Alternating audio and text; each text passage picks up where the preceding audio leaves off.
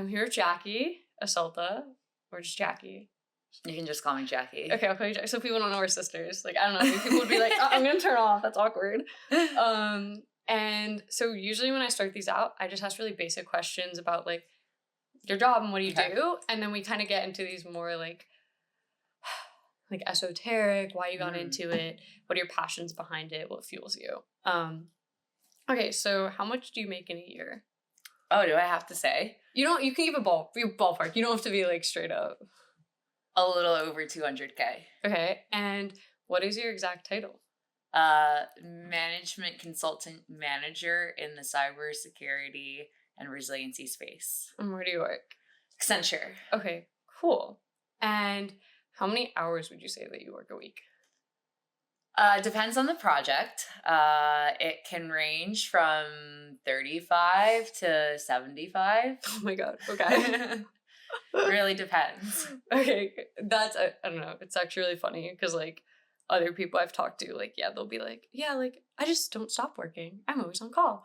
No, it's great. Like, I definitely have been in that life where all I've done is work and not seeing the light of day. But then I've also been on projects where I, like, get to go to the gym in the afternoon. You get to go to the gym? I get to, like, go take my lunch break for once and get outside, which is kind of nice too. Yeah, because you work from home, so I guess that it depends on the project too. Like, sometimes mostly in a hybrid situation where it's either like a couple weeks on site and then a couple weeks remote, or it's a couple days in their local office in New York. But half the time I'm here, which is nice. Yeah, that's really nice. And okay, so I guess, like, my biggest question always when I ask people is, why do you do your job and how did you get into it? Why did I do my job? Why'd you pick this industry? Why did I pick this industry? Well, I kind of stumbled into cybersecurity and risk and resiliency. I started my career in accounting.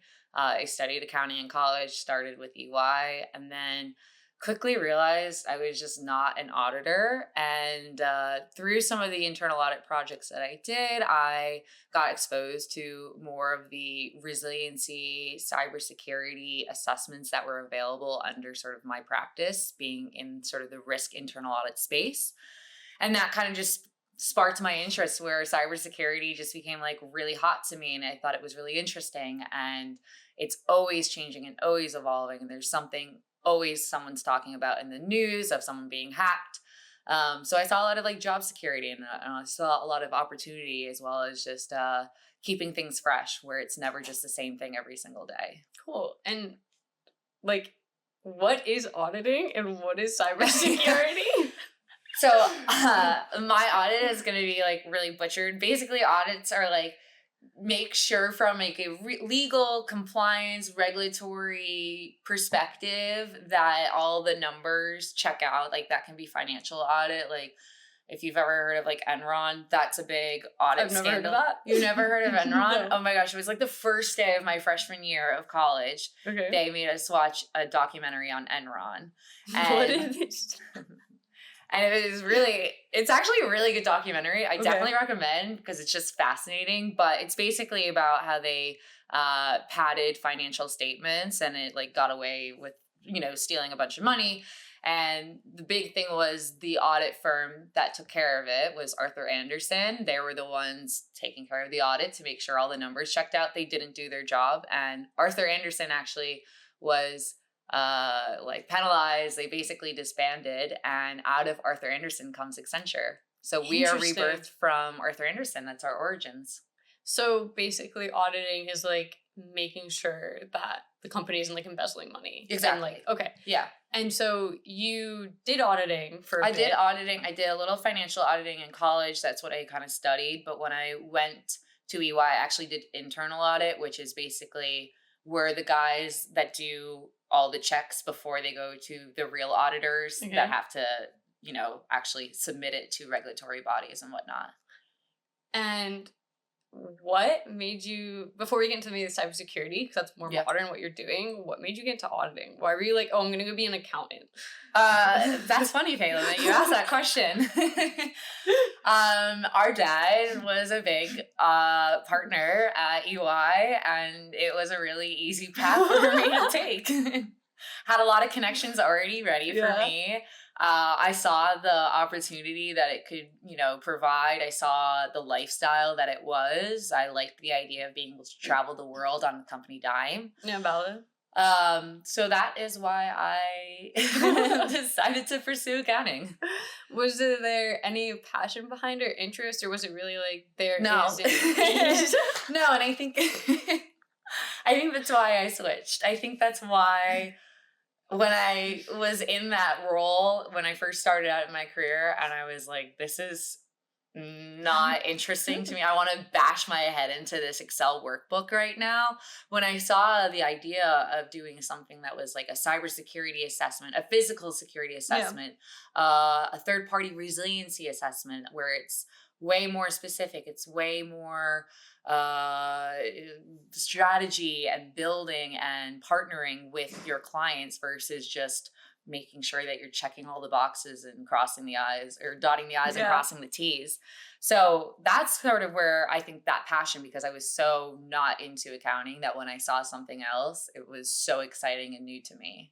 That's really cool. And I think what's really interesting about that is you didn't feel the need to maybe deviate completely. Like you were still within EY when you switched from, accounting to cybersecurity. Yeah. And I wonder, was there someone who came to you and maybe like a mentor or someone around you pushed you? I have two really influential mentors that got me on the direction that I am now on. And that was my manager on my internal audit project, Sean, and then the partner, Brian. And they were really just absolutely fantastic, great leaders that introduced me to this space and showed me the ropes, introduced me to the concepts, brought me on the projects, sold the projects to even let me be staffed on, right? They were just, both of them are incredible people. And I think they're both doing great things in their own paths in the cybersecurity space, which is great.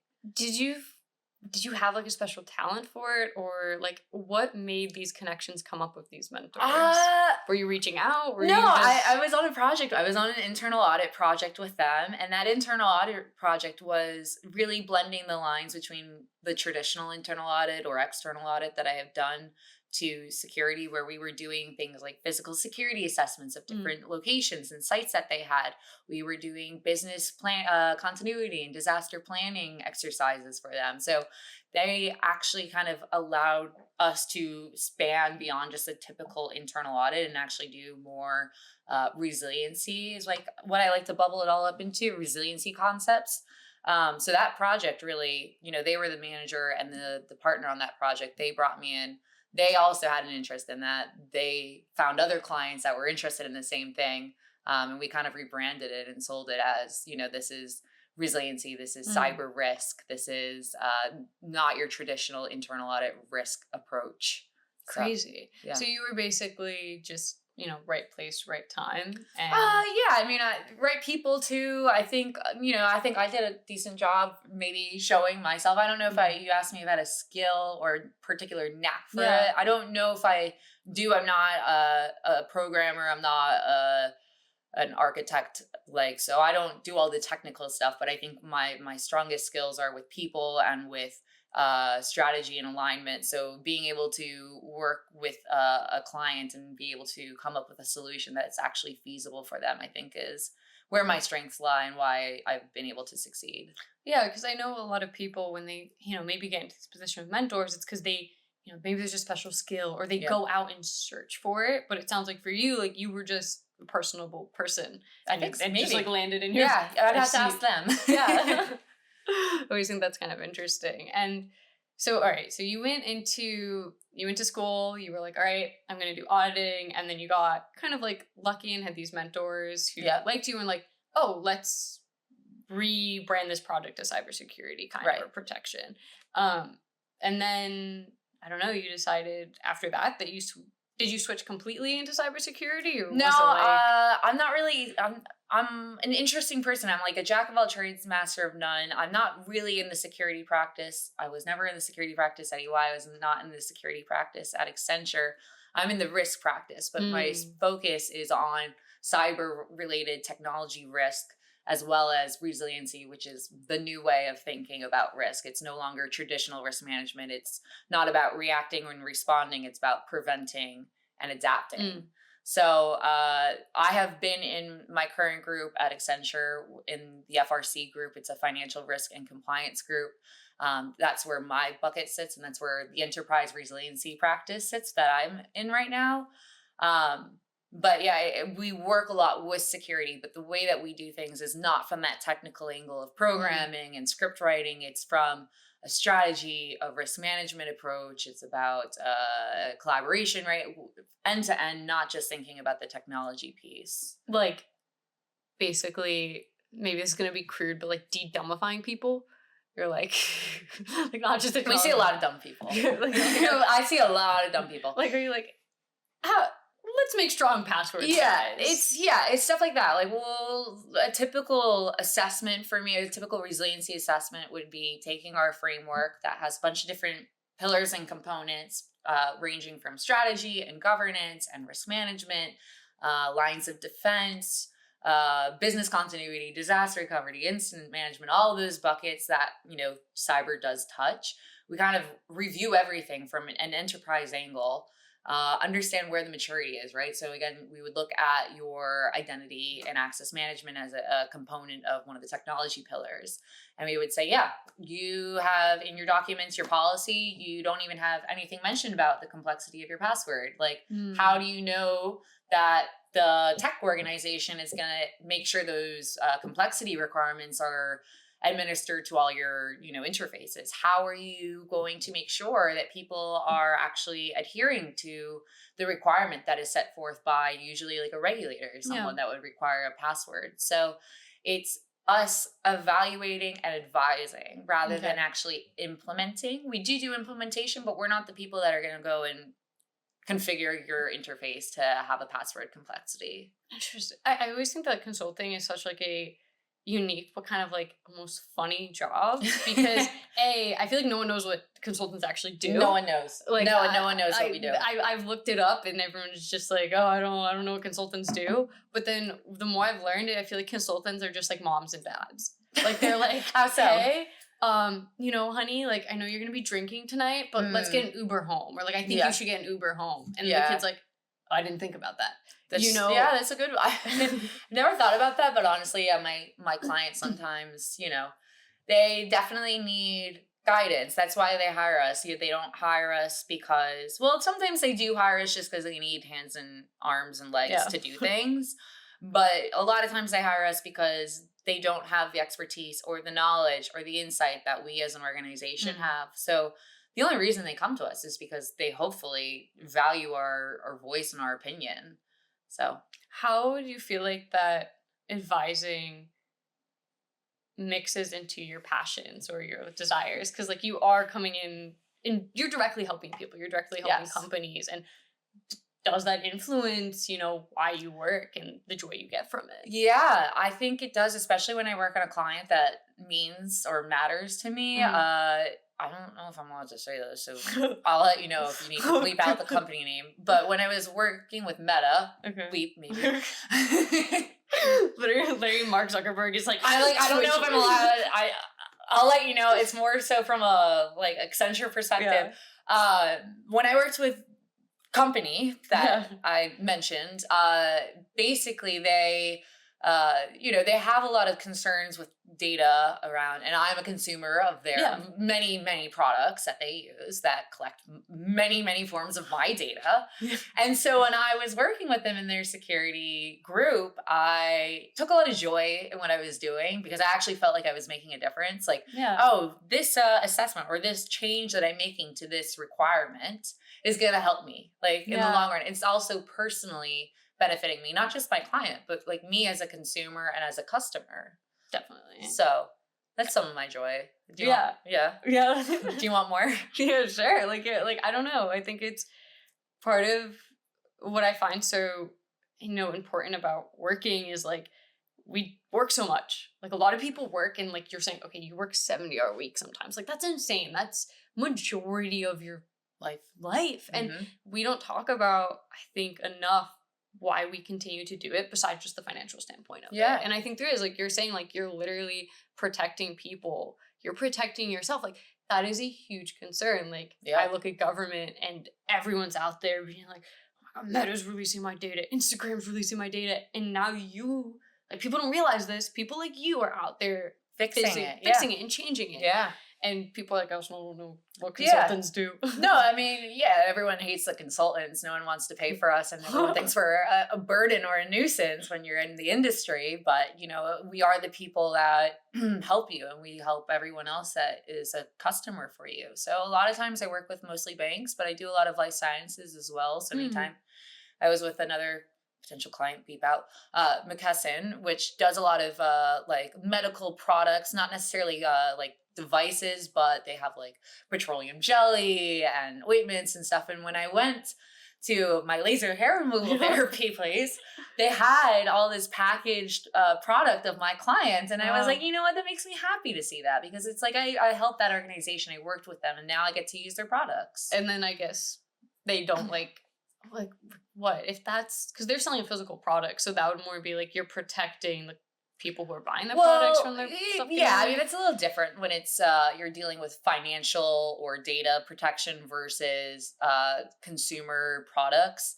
I think with life sciences, it's an interesting place because I've also worked with places like Pfizer and Merck. I'm allowed to mention those because those were at least 5 years ago now. Yeah. But places like that, you see a lot of the value or direct consumer benefit, especially with Merck when they were building out, you know, the COVID vaccines. But I think, you know, when it's a product that you're receiving, the way that I protect my consumers is again around their data. It's not as critical as like a financial institution, but if you place a sale with McKesson to buy 100 packs of petroleum jelly, that's your customer data being stored in their files. And still, I have to still protect that. I still have to do the same mechanisms. It's just not as scrutinous. But I will say, when we do with life sciences, a lot of them are like physical security checks, making sure that the facilities are up to scratch, making sure that people are not getting access to things that they shouldn't be getting access to. So there's a lot of other outside of just, you know, product from person to person or company to person. There's a lot more layers that we can help them with. Yeah, definitely. And, you know, obviously that's so influential. And I guess then that leads me to wonder, did you switch from EY to Accenture? Like, why did that switch happen? Was that a client switch? You were like, oh, I get to work with these more meaningful clients? Or were you like, I'm going to get more money, I get better benefits? Oh, I don't know. I'm like worried about coworkers are going to be watching this. No, I left Accenture, or I left EY. Sorry, are we predicting? Just kidding. I left EY for a number of reasons. I wanted to see what else was out there.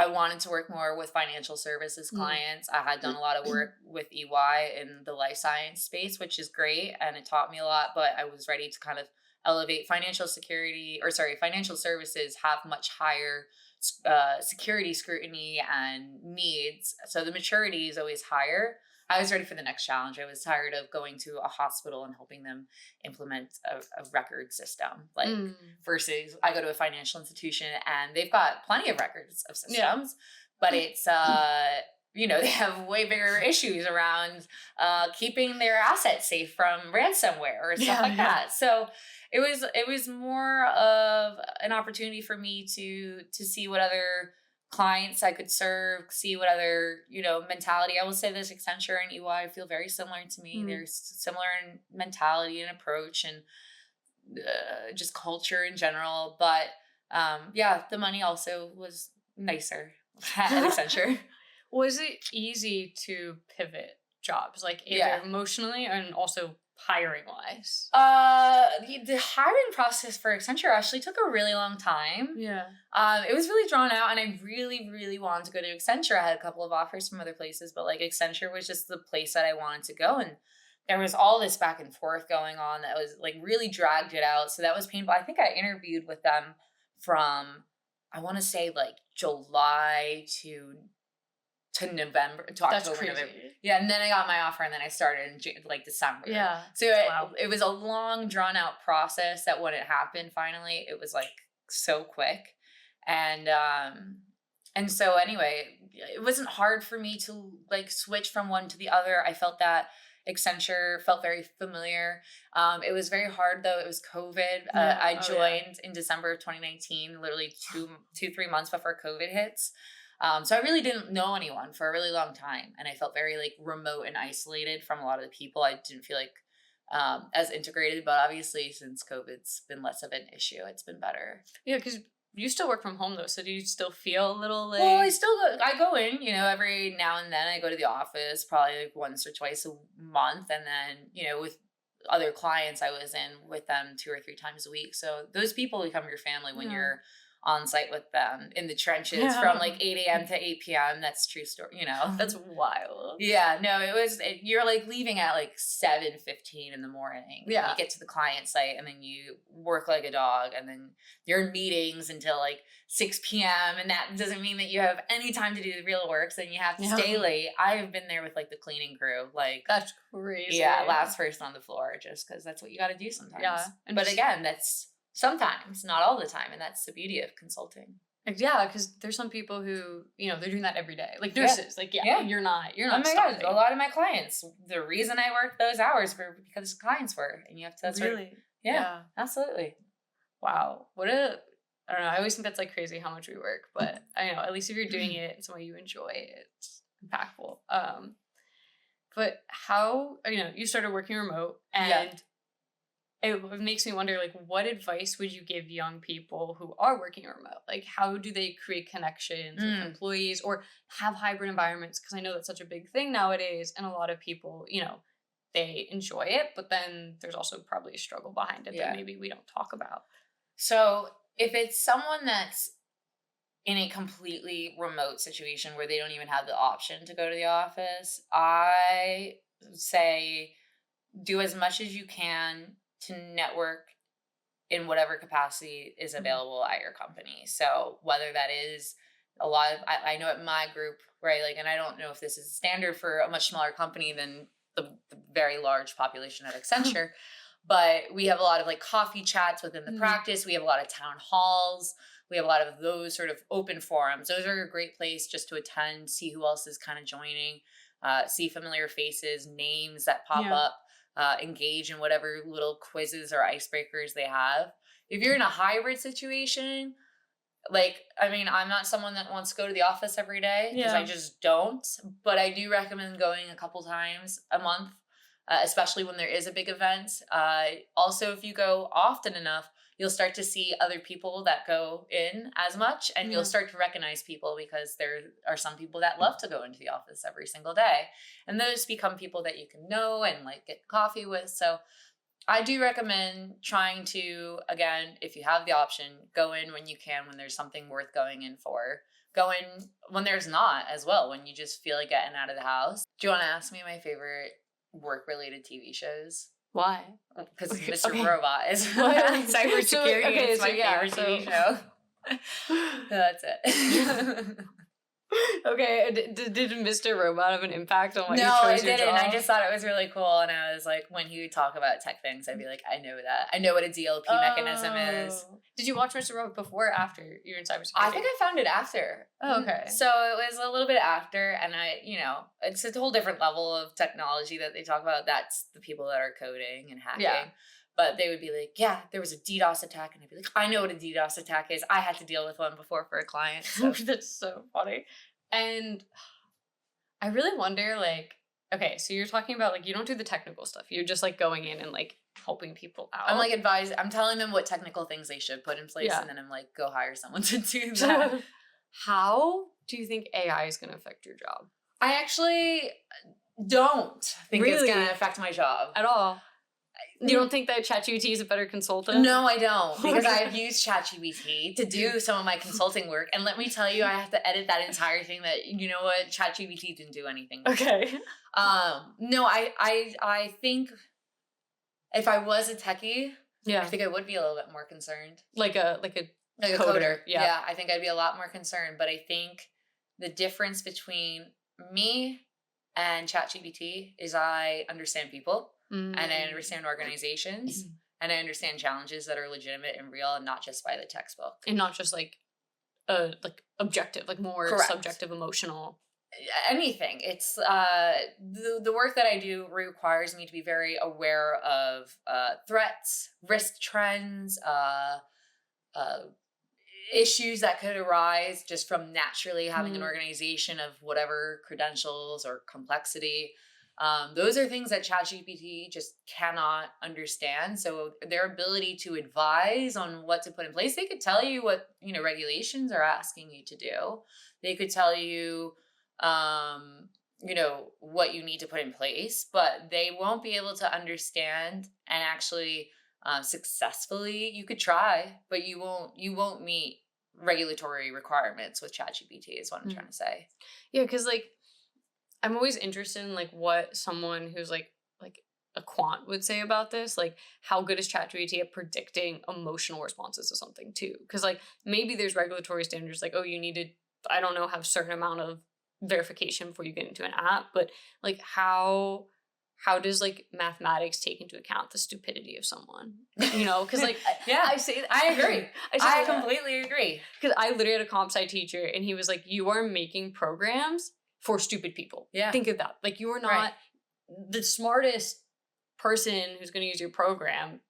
They could just program it. Right. So, like they know it, but like you're doing it for the person who just like barely knows like click a Yeah, laptop. And absolutely. I was like, oh, okay, good point. I mean, you can't have a design vision workshop with ChatGPT. And that is something that a lot of times I do in my like work is sitting down in a room with a bunch of different stakeholders and going through a bunch of design vision it's a concept. It's I guess it's a consulting concept. I'm sure it's something else, but it's a business concept of basically ways of reshaping and thinking through ideas and solutions. So there's a lot of different modules that you can create. There's a lot of different prompts that you can have in place. And basically you sit in the room, you kind of do these exercises. Do you get like a big whiteboard out? Yeah, you get a whiteboard, you get Post-it notes. No, you sit there and you say like how might we is a nice design vision concept. How might we improve our security posture? How might we protect our clients? How might we do X, Y, and Z, right? You think of these things. You ask this question. That's like a big exercise. Everyone kind of goes with Post-it notes, right? And you ask the question, how might we do this? Everyone writes their Post-it notes, all their ideas. How might we, do better training? Okay, we could get new learning modules. We could require like in-person training sessions. We could do phishing tests, right? You have all these ideas from all these different stakeholders from all different parts of the business, and they go up to a board and they say, now, next, later, right? And those are your 3 buckets of timeline. What can you do right now, tomorrow? What can you do in the next 3 to 6 months? And what can you do down the road 12, 18 months? And then everyone puts their stickies all over and you kind of compare, okay, what did audit say about this? What did IT say about this? What did HR say about this? And you bring all these ideas together and that's where you get really good solutions. Like the transdisciplinary interaction of people. Yeah, absolutely. And try to do that, ChatGPT. Yeah, that's true. And would you say that consulting is like very like small? Like I know there's also big scale, but like you have to get really detail oriented because it feels like to me you have like design groups and like designers who are coming together and they're like, let's make a big product and they think really, really big. Yeah. But it seems like consulting and auditing, like, yes, there's the big picture, but you also have to think really, really small. Like, yeah, you do. I mean, you have to consider everything all at once. You have to have a close eye to detail and attention to just the little things. Yeah. Clients, that's what clients pay us for, is high quality work. So yeah, big picture is great, but the key is, okay, so those stakeholders that I just mentioned, they put these ideas together. They have all these ideas. They say, now what? And it's kind of the consultant's job to say, okay, these are all the ideas. This is what the client wants to see. How do we get into the nitty gritty to actually execute that? How do we get into, okay, we're going to take this thing. We're going to improve their training. They have all these ideas. Okay, what phishing simulations can we start pushing out? At what routine? We have to think about every detail of everything that we provide to them as a solution. So it does require us to look at that big picture, but it also requires us to know the inner workings. How much does novelty play a role? What do you mean? Like coming up with new types of phishing simulations or new types of security measures, or is it really just it's obviously important, but it's not going to happen every day. A lot of times you have to consider resources and funding and availability for an organization. I'm not going to tell an organization of 50 people that they need to push out a phishing simulation every month, because that's a lot. But an organization of 500,000 people, you should absolutely be doing that. And in addition, you should have like an awareness advocate program where people can enroll and have a subjective extra phishing test to be even more prepared. Like there's different levels of these organizations based on what they have and what their needs are, that sometimes the new best idea might need to be created for an organization of high maturity that's already done everything. But rarely do I see an organization always have 5 across the board of all maturity domains. It's usually they've got like a 2 or a 3 in the IT space. They have like a 1 in HR. It's where they choose to invest their time, energy, resources, that it has to kind of factor into whether we need to think of something brand new or just tell them to do the very basics. And would you ever like volunteer with like elderly people or like older people to teach them how to not get scammed? Because it sounds like phishing simulations, company scale, but there's so many people get scammed nowadays, and it's crazy. I mean, we were talking about it this weekend, weren't we? I don't know if you were there. We were talking about it with Dad, where I almost got scammed when I graduated. Because you thought you were getting audited. Yeah, I thought it, because first of all, Dad did my taxes the one year, and he like put my social security code down wrong or something. Like my taxes were so messed up that year. I was like, Dad, what did you do? So I get a call maybe like 6 months later after this. I was trying to get you money back somehow. He was trying to evade taxes. I don't know what he was trying to do, but I get a call from, New Delhi, and they're like, hey, you're gonna go to jail if you don't pay us this money right now. And they're like freaking me out, and they're like, you can't tell anyone, you can't talk to anyone, you can't phone anyone right now, you need to follow our instructions exactly. And I'm like challenging, I'm like, I don't understand, like, what do I owe? Can you tell me more? And like, I was like, you know what, fuck this, I'm just gonna call Dad. And I patch him in, and he goes freaking ballistic on them. And I learned my lesson really quickly. Would I ever work with old people to help prevent scamming? Like a volunteering opportunity? Sure.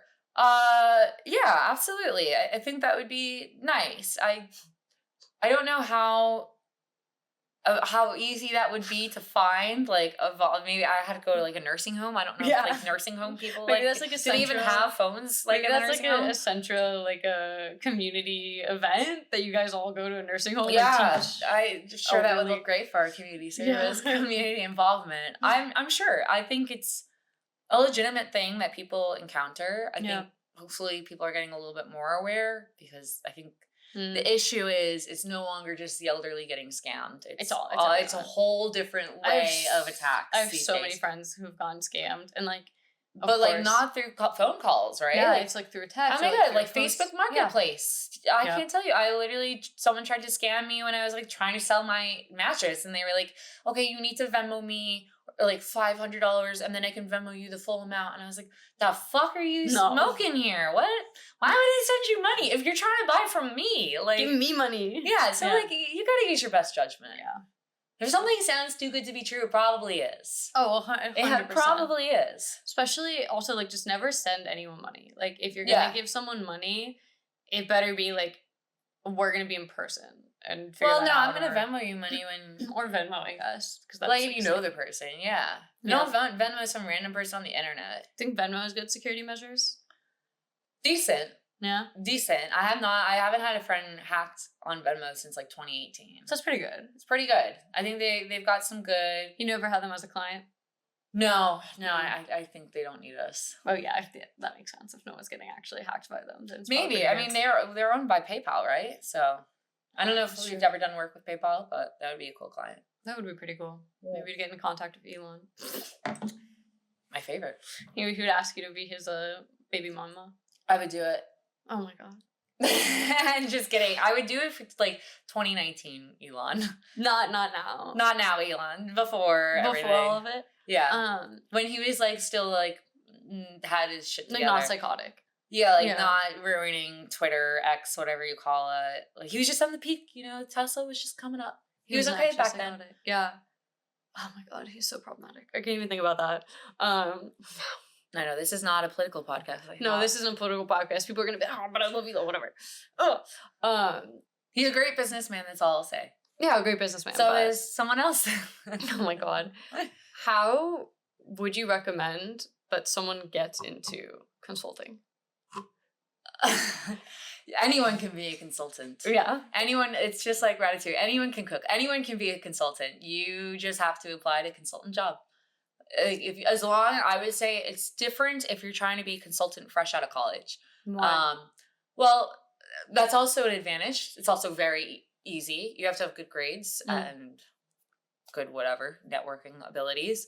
But it's different because a lot of people will work in industry and then come to consulting. And that's a very different shift. But a lot of times consultants or consulting companies will hire people that come from industry with a specific skill set. That we need. That we're like, hey, this person was a, software engineer at Google and he can run Python and we need a person that can do Python. So we'll hire him because he used to work at Google. Maybe he wants something different. I don't know why someone would leave Google to come to Accenture.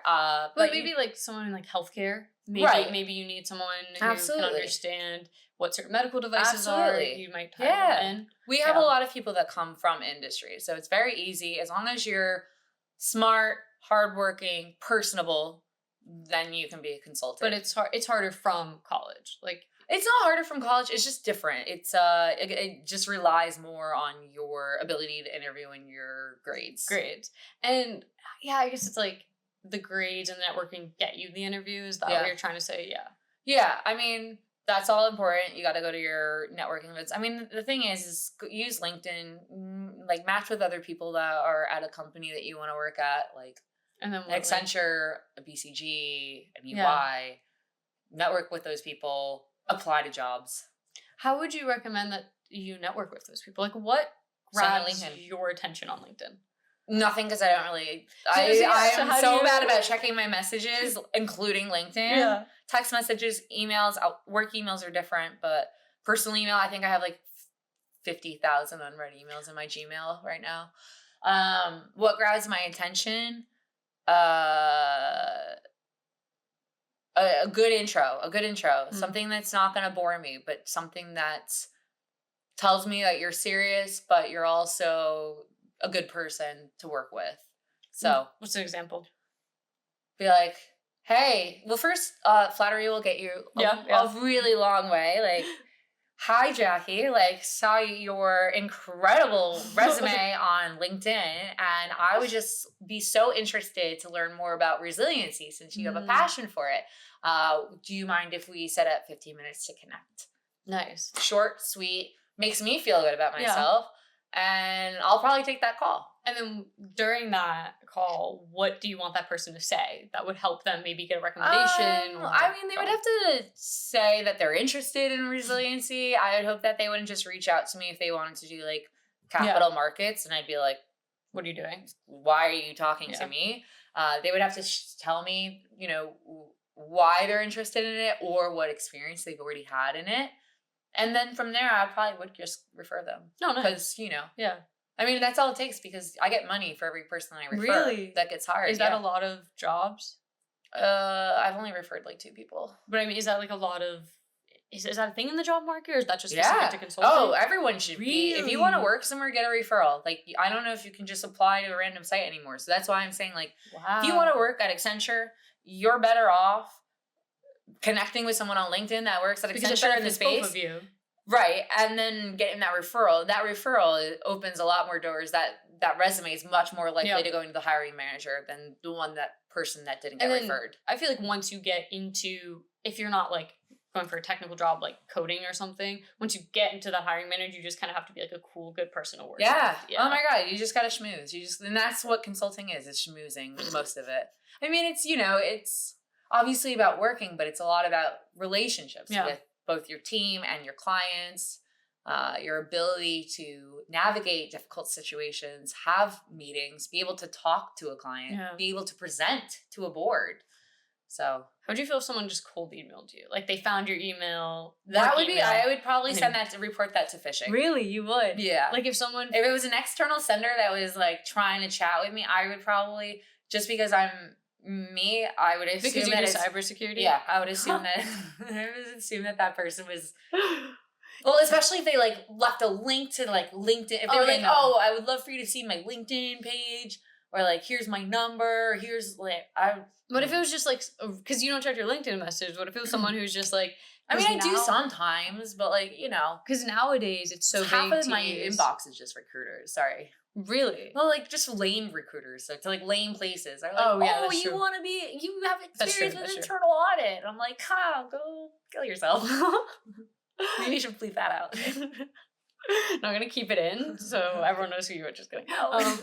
But I feel like there's a lot of AI softwares now that are like cold emailing, search this person up, and then you can get Yeah. their email. But And I that's wonder, why like, is that I want to talk to sketchy a or- person. Yeah. I don't trust people that use AI to apply to jobs and stuff. I think Yeah. that's a cheap shot, and you can maybe use AI to get through college, but you can't get through your career with it. And I think that's probably also why there's so many like ghost jobs now. Yeah. And just like when you apply online, like it's so hard to get a job. Like whenever I've gotten internships or like gotten jobs, it's because I literally am like contacting the firm. Like I'm going to someone at the firm. I'm like, hey, did you get my resume and my email? Like I'd love to chat if you have a chance. Because like, yeah, you said AI, like people can just mass produce their resume out and their stuff. But like people can see right through that. And and that's why a personal connection, a reach out is so much more valuable. I don't recommend emailing someone that's just cold email. I think that's a little weird. Maybe if it's an HR manager though.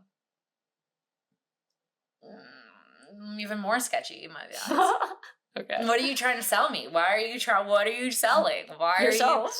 But if an HR manager's reaching out to me cold? No, I mean like if someone's reaching out to you like, hey, I really want to work at your company. Yeah. Like I love what you do. Like I'm so interested. Can we chat sometime? Mm-hmm. And that's the cold email. Maybe not cybersecurity. This isn't the place to do it. I don't know. I mean, I guess it's fine. I just think it's a little creepy. Like you literally like, how'd you find my email? How'd you find my email? Because there's so many AI softwares. You can literally. I found you on one. Oh, so like, you can go in and type like a Centra. What'd you find? Anything sketchy? I just found your email. Your work email. You can look and your work like number. But then it's like, why wouldn't you send me a message on LinkedIn? That's true. I guess if no one's responding. I mean, then move on. Then move on. I'm not interested. Move on to the next. That's true. Try again. Yeah. Good point. Someone will take your call. Someone wants that referral money. How much is it? Depends on the level you're coming in. I think it's like up to, I think like a senior manager is like $7,000. That's a manager's crazy. $5,000. I'm D. It's like a bonus, basically. Like a bonus. Oh my God, it's free money. Yeah, that's basically, wow. I guess if they're cool, yeah, it's basically free money. So what would your biggest advice be then for someone who wants to work in consulting or is interested in it? Maybe not from like getting the job, but what's my advice to them? Yeah. Be hardworking, be personable. If you don't know the answer, that's okay. Yeah. Say, I don't know. I don't know, but I'd love to think through a solution. Show that you're willing to learn. I think that's the biggest thing about consulting is you have to learn every single time you start a new project. There's always something different that you're doing. So your ability to adapt and evolve is critical. Showcase that as much as you can in an interview, in a cover letter, in a thank you email after taking an interview. How do you do that in a cover letter? It's just like you could explain, like, here's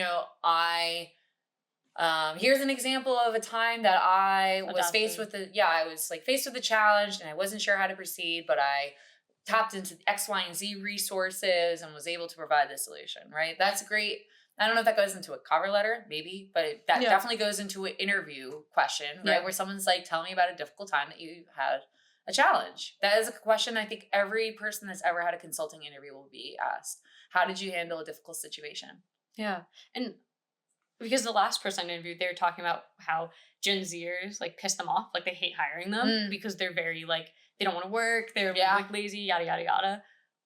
Do you find that true, or do you find that that's just Depends. industry specific? Depends. I think it's you can't group everyone in one bucket. Yeah. Like, I wouldn't say that all of the Gen Z kids that I've worked with are bad. I've had a lot of them that are great. I've had a lot of them that just fit the stereotype that you described, but there's also ones that have really impressed me. So no, it just depends on who you are as a person. I'm not gonna not hire you because of your age. That's like ageist. Right? Yeah, yeah. Well, you can guess who said the ageist comment. Who? Michelle? Yeah. Of course she did. Yeah, she was like, I hate Gen She Zers. she wishes she was Gen Z. Yeah, I guess, yeah. No, I mean, she lives on TikTok. That is true, but yeah, she was just like, Sorry, I hope she don't edit that out. Let her see you it. want her to hear that you're like, Yeah. you're ageist.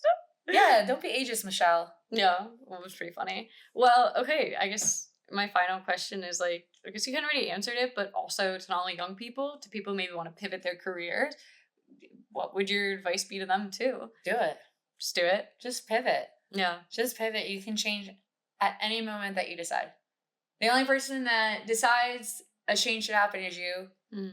If you're served a bad card, if you're laid off, know that it's for your best interest, and that just means that you got an opportunity to pivot. Yeah, definitely. And if you're not laid off and you just want to pivot, just do it, because you never know until you try. And it could be the greatest decision of your life, or it could be the worst, but at least you said you did it. Yeah, and like, I guess find where you want to work, Yeah. network with them, and apply. Yeah, And, just apply. Get that referral. Get that. Oh, if you get money. Yeah. Oh my God. Absolutely. I mean, I'm not going to toot my own horn, but Accenture is a great place to be hired. So if anyone is interested after seeing this podcast, you can reach out to me on LinkedIn, and I will check my messages. I guess you just have to add the line from Phelan's podcast. Yeah, something like that. Yeah. All right. Well, thank you so much for being on today, Jackie. Yeah, thanks for having me, Phelan.